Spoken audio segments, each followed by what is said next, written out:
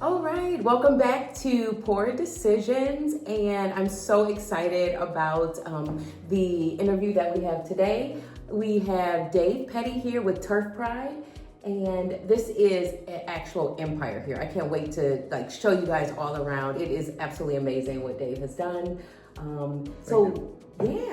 Well, how did this start? What was Thanks for having me on this. I appreciate you coming here to do this. Of course. So I started in 2002, Okay. and I was a solo operator for many years, but I didn't just quit my job and start this business. I had something to fall back on. I was a chauffeur at the time. Okay. So I was driving limos, and I worked for a corporate lawn service. Okay. And at the time, we had just opened a branch in Akron. My son was just born that year. And I kind of started early, and I said, well, let's do it. And I quit the job there and started with 0 customers. And, Right. Driving limos, I was able to pass out flyers and just try to build my business and try to get word of mouth. And it was a lot more difficult than I thought. Right. The customers didn't come flowing in. No, they don't. But kept at it, and my wife came to work with me in about 2011, so I was a solo operator for many years. Oh, wow. And then, so we were treating lawns together, 2 ride-ons in a trailer, and we made ourselves as efficient as we could. So so you were working for another lawn care like a lawn care company. Right. And did you think oh my gosh, I could do this on my own? Or was it just that you were just I just want my own business, or? Yeah, I was looking to start a business, actually going a different direction, to start a used car lot with a friend of mine that was in that business. Okay.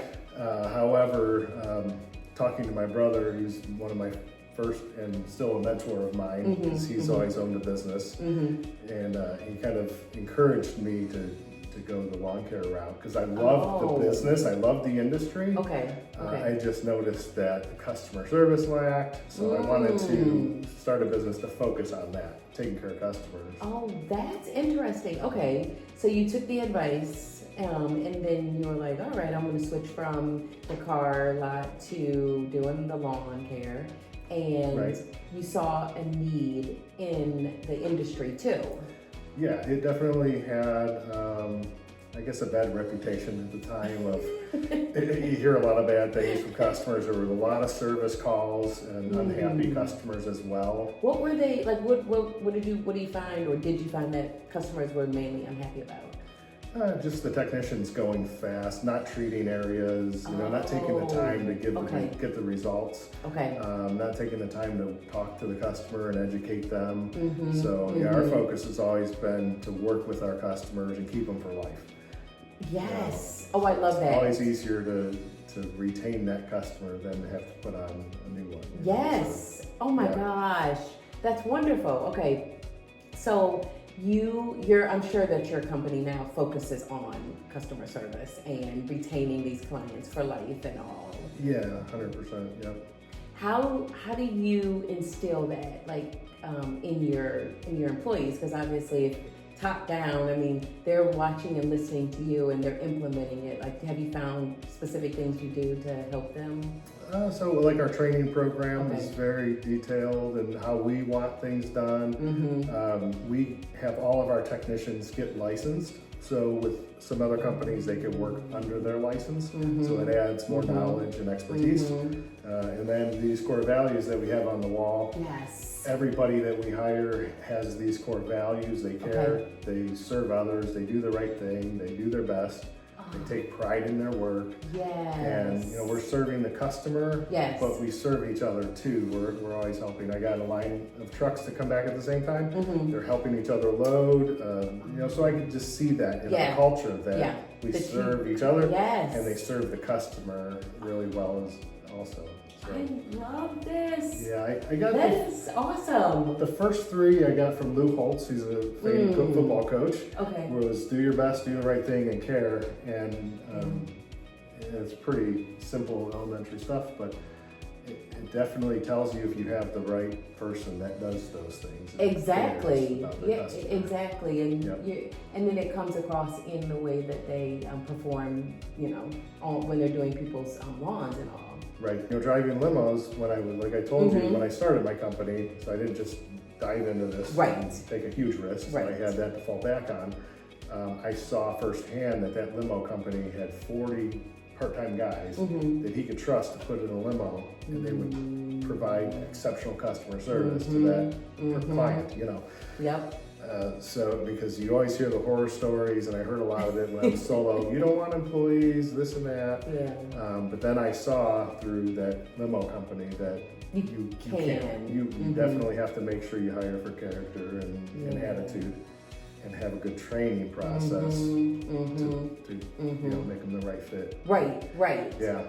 And I love how you were saying too, okay, so you didn't quit your job, you were still working and starting this. And then you were using your clients, your limo clients, to be able to like spread it word of mouth about the company, right? A little bit, yeah. So, when I dropped them off, I was making phone calls after I would pass out flyers. Okay. And I printed it out from the library. It's called the Haynes Directory. So before the internet, it sounds really old, but before the internet, back in my day, my day also. Yeah. But it gave you name, address, and phone number. Yes, so I remember that. Call those people and try to introduce myself. Because I passed out a ton of flyers. Okay. And the phone didn't ring because they had no idea who Turf Pride was. And, it was a cheap price, and I found that they're leery of that as well. Okay. So, yeah, it's definitely a struggle. And the first year, we might have had less than 20 customers. And my wife's like, well, maybe you should get a real job. And it's like, no, we're going to do this. We're going to do this. Yeah. I was the chief everything officer. Right. I did it all. You did everything. If my machine broke, I was fixing it. If, answering the phone. So it was on a lawn. The calls went to my cell phone at the time. Okay. Then after that, I started to acquire some of the other solo operators. Okay. And then grow the business that way as well. And my wife came to work with me, like I said, and we were treating lawns together to be efficient before we started hiring. Okay. What's the most, I guess the funnest part?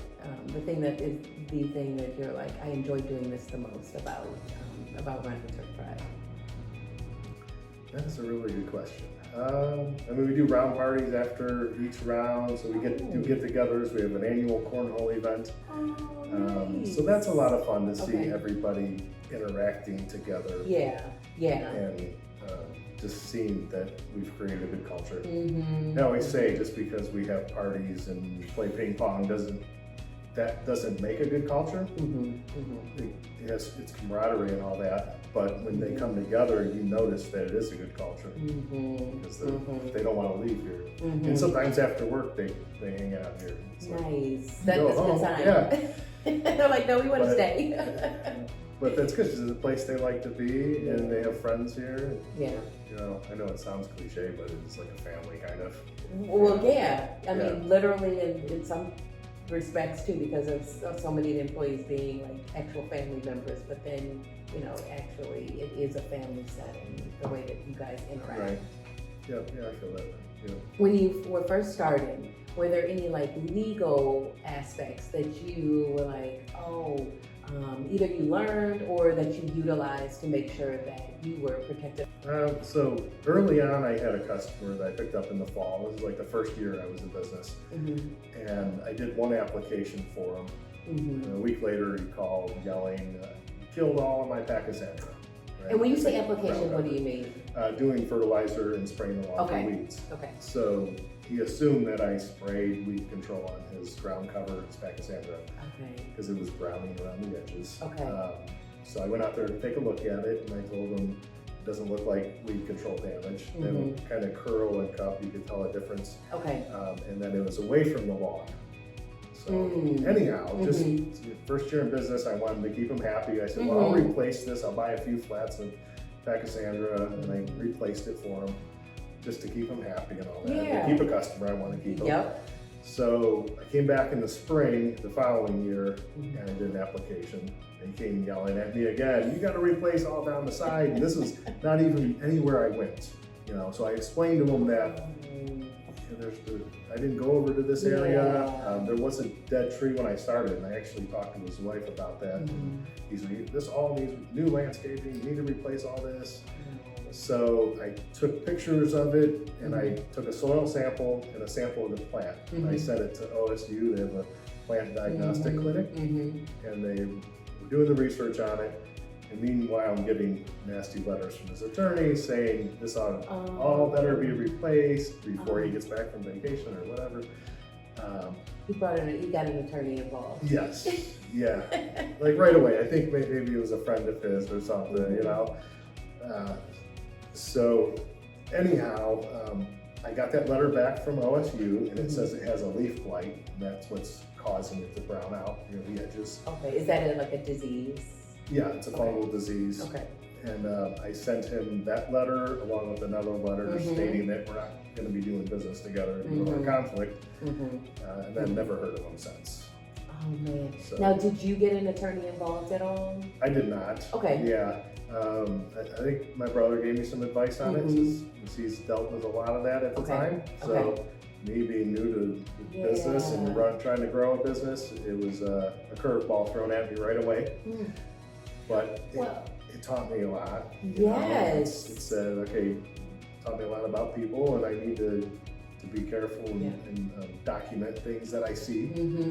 So to this day, our technicians will document if they see a dead plant on a property.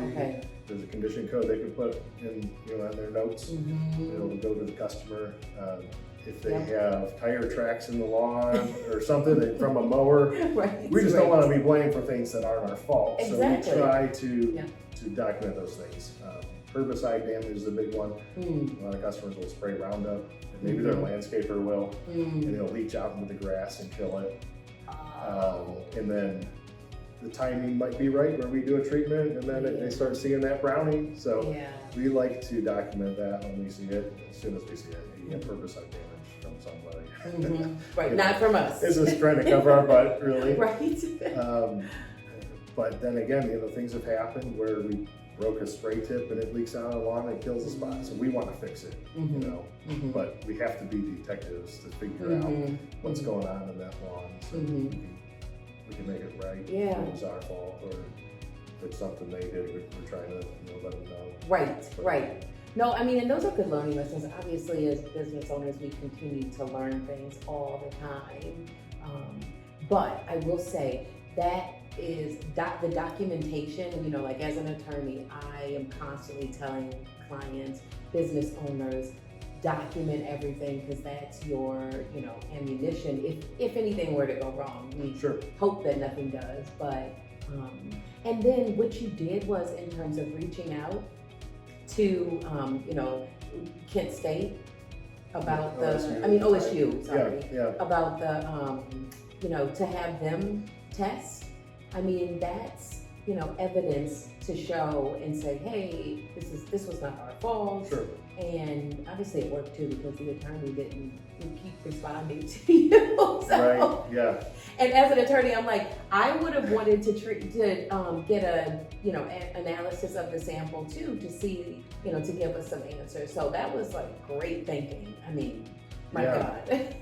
Yeah, I think as I knew that you could send plants for diagnostic away, and they can tell you kind of what's going on with it sometimes, So it's good to get a third party involved that's not biased, and they can talk to the customer. And sometimes our fertilizer reps will even do that. They'll go out to the customer's property if they're thinking there's something that we're doing wrong, And then, there's a lot of things that happen, and 90% of it's weather related, really. To lawns and plants. Your lawn is a plant, and it needs water, it needs enough sunlight. You can't have real compacted soil. It needs oxygen in the soil. It could be, there's a lot of things that happen that you need to diagnose. Did you form the company, like doing through the state and all? Did you have an attorney do that for you, or how did you with the business formation? How did you get that done? Yeah, we formed an LLC. Pretty good, 2002. But registered the name with the Secretary of State's office and formed the LLC. which are so important to do, and so that people are not operating the business underneath, their personal name, personal social security number, those basic things like form an LLC, get an EIN number for your business, things that, help protect you in case, maybe that client would have even gone further and tried to sue you and everything, then they're not able to sue you individually, they're suing the business. Right. But yeah, that's why it's so important to do everything by the book. Yep. To protect yourself. Yes. Protect your family, Yes. home, and all your assets, for sure.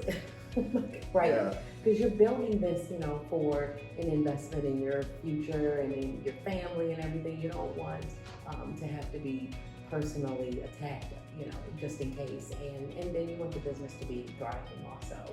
Sure. Yeah, So that's absolutely. great. Yeah. Now, okay. So we have a question for everyone. Okay. Poor decision that you made with the business, but you were able to overcome and still be successful, can be just just something to give, an experience to anyone watching, any business owners watching, that they can learn from and just see how, mistakes happen, things happen, but we can still be great after. Yeah, I've never made a mistake or a Oh, poor right, decision. right. I How haven't much either. time do you have? I haven't either. The one I really think of is hiring, because Okay. you're going from a solo operator doing it all yourself, Mm-hmm. and now you're trying to hire someone and teach them what to do. Mm-hmm. So I hired someone that was a pretty good guy, but it took a while to teach what you keep up here, Mm-hmm. and I didn't have a training program or a manual, obviously, or any checklist. So Mm-hmm. at the time, I just had to try to show him what I knew. It was difficult. There was a lot of time involved. Oh, yeah. And then he ended up leaving for another job a year later because I didn't have a lot to offer at the time. Okay. So then the next employee, I figured, I'm gonna hire someone with experience. Yeah, makes sense. So I found someone that had previous experience for a few years with another competitor, and I figured they just hit the ground running and I wouldn't have to teach them much and go about it. That was a big mistake, because I noticed quick that he was cutting corners, maybe had some bad habits from that company. And then he wasn't communicating with the customer the way I would like them to communicate with the customer. So that's really taught me a lot about, I need a training program and I need to hire for character and not credentials. So if they have attitude and a good character, a good attitude, and they're coachable, then I can teach them. You can work with them. And I want to teach them our way. Yes. I don't want to teach them, have them work the way they worked in another company as well. Yeah. So if we're going to maintain that quality and all that, we need a good training program. We need to bring in the right people. And then we also have them get licensed, like I said, on their own too, to add more knowledge. And now they have a career path too. They can go up through the levels of lawn specialists. There's 3 different levels, and then they could also become a service manager. Or, one of our technicians went into sales when that opened up, and he's doing really well with that. So that is awesome. Yeah, there's other opportunity, and then finding leaders within the organization, and they can definitely move up.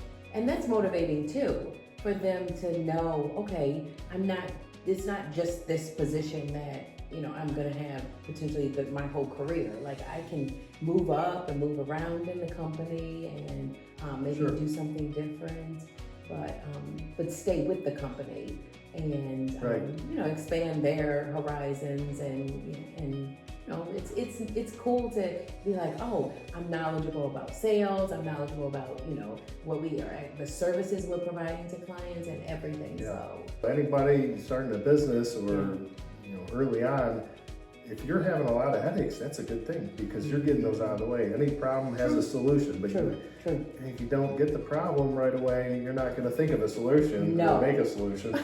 there were the first few years having employees, I would put notes that, what kind of problems do we have this year? And I would just compile them. What can we do? So I don't want to have this problem next year.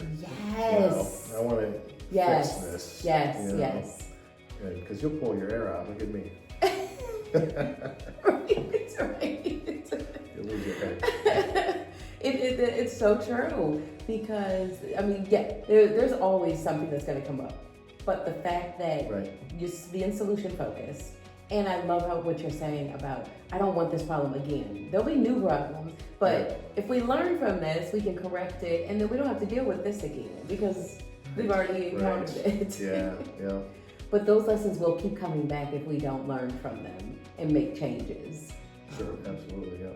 But so you change the way that you hire. You're looking at these core, values when you're taking a look at your employees now and implementing that, and you're seeing success. Yeah, we're not having the employee problem where no one can find an employee and all this stuff. Yeah, it's tough. Yeah. There's not as many coming through the door to interview. A lot of the interviews we set up, they don't show up. Okay. But we've created that might be a whole different issue. But we have created a place where we don't have a lot of employee turnover. We got guys returning every year. Yeah. And we might need to hire one per season as opposed to every lost 3 employees or 4 employees. Yes. We're not having that problem. So that is awesome. I'm just so impressed with everything that you're doing and just the business structure too. It's such a great model. I appreciate that. Yeah. It's obvious that it's always a work in progress as well, and keep working at it. Right. Well, we gotta toast and pour to just the awesome and amazing business that you're running and overcoming those obstacles and making, great decisions. And we have these amazing mugs that say Turf Pride on there. So we're gonna, instead of using the typical glasses, we're gonna, use our. You have some stuff in there. Oh, I didn't even know these were in there. Oh, I got some air fresheners. Yes, some Turf Pride air fresheners, and then of course some business cards that I will be passing out. Yes. Okay. So we do have a Portugal wine that we're going to be sampling today, and it's just a white blend. So. All right, sounds good. We'll do cheers to good decisions. Cheers to good decisions, not poor decisions. Not poor decisions, right. We're only pouring red, white, or rosé wine. So those are the only poor decisions we're making. Perfect, I like those. Yes, to Turf Pride.